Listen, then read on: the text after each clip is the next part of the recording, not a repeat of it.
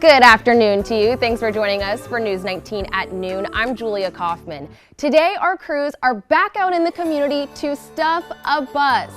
All day, we'll be at the Walmart stores on Two Notch Road, Harbison Boulevard, Garner's Ferry, and the one in Sumter. News 19's Brandon Taylor is out on Garner's Ferry Road to show us how donations are coming along so far.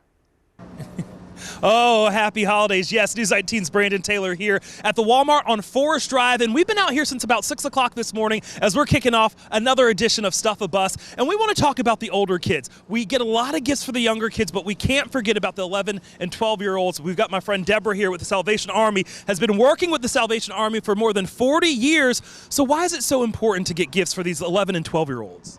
Well, a lot of people think that Christmas is basically for the small kids, but it's not. It's for everyone. It's for the children that are 14 and below or 12 and below.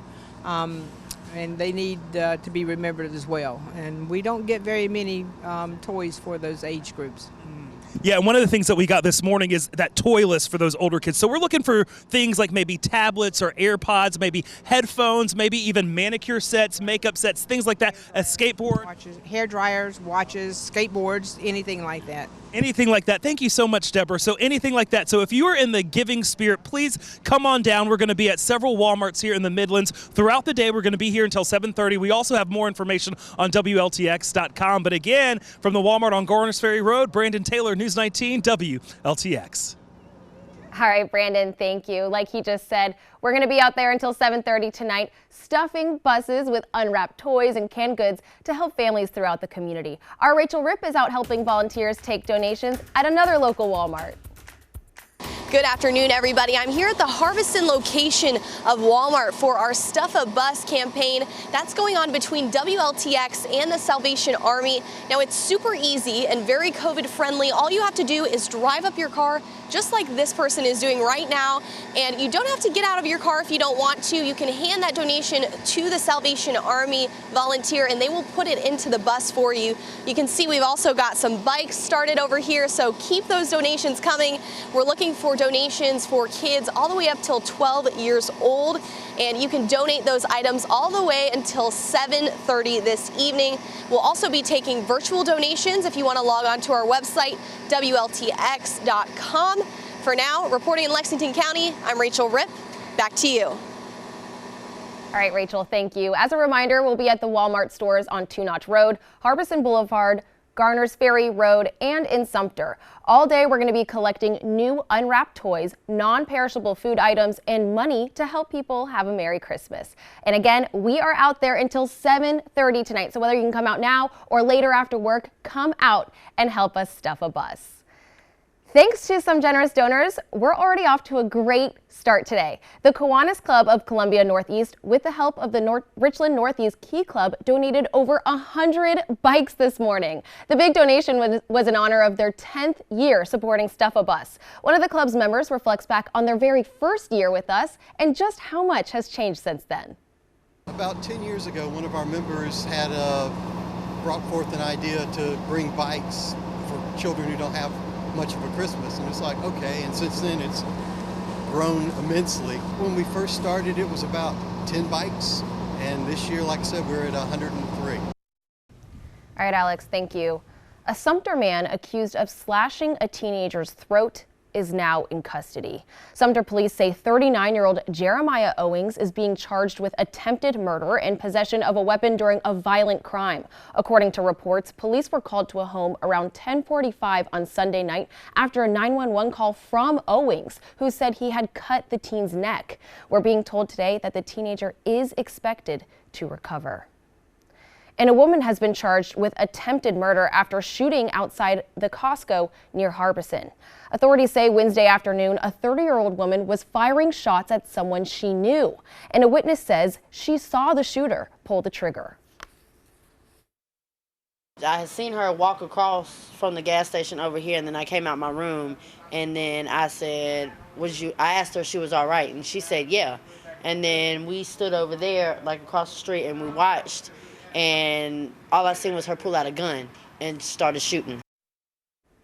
The sheriff's department says the suspected shooter was found at a nearby gas station, taken into custody, and booked at the Richland County Jail.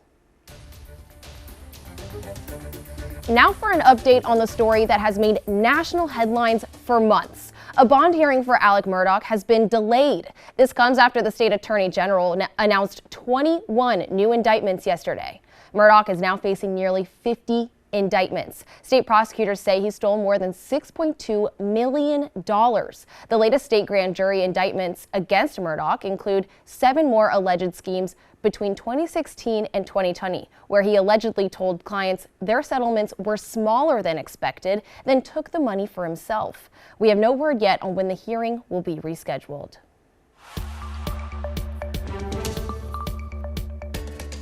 Happening around the nation, Senator Bob Dole's funeral began a little over an hour ago at the Washington National Cathedral, and happening tomorrow, a final farewell service in his home state of Kansas. Yesterday, the president, the vice president, and congressional leaders gathered to pay tribute to the life and legacy of Senator Dole. Over the course of 3 decades, Dole served in both the U.S. House and Senate, earning a reputation as a deal maker who prioritized principles over party. Travis Scott has spoken out in his first sit-down interview since the November tragedy at Astroworld. In an interview with Charlemagne the God, Scott said during the concert he was not aware of the crowd surge that killed 10 people and injured hundreds of others. He's facing billions of dollars in liability from lawsuits connected to the tragedy. Well, switching gears now, putting up decorations is a fun way to get into the holiday spirit. But as you break out those string lights and put up your Christmas tree, the Columbia Richland Fire Department wants to remind you to stay safe. For those of you that have a real Christmas tree, you need to make sure you're watering it regularly. The fire department recommends watering your tree at least twice a day. And they say to make sure your tree is at least 3 feet away from any heat source like vents or fireplaces. And whether you have plans to put that tree up this weekend or just spend some time with the family, we've got you covered with some fun things to do around the Midlands. Take a look.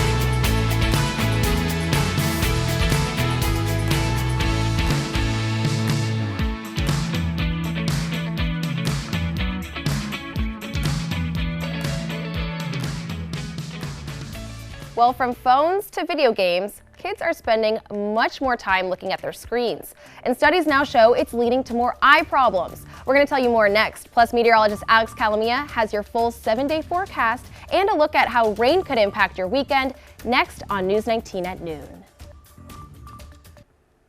Well, don't forget, our Stuff a Bus campaign is going on until 7:30 tonight. We're asking you to donate new unwrapped toys, non-perishable food items, and money to help others have a merrier Christmas this season. We'll be out at 4 Walmart locations: 2 Notch Road, Harbison Boulevard, Garner's Ferry Road, and the Walmart in Sumter.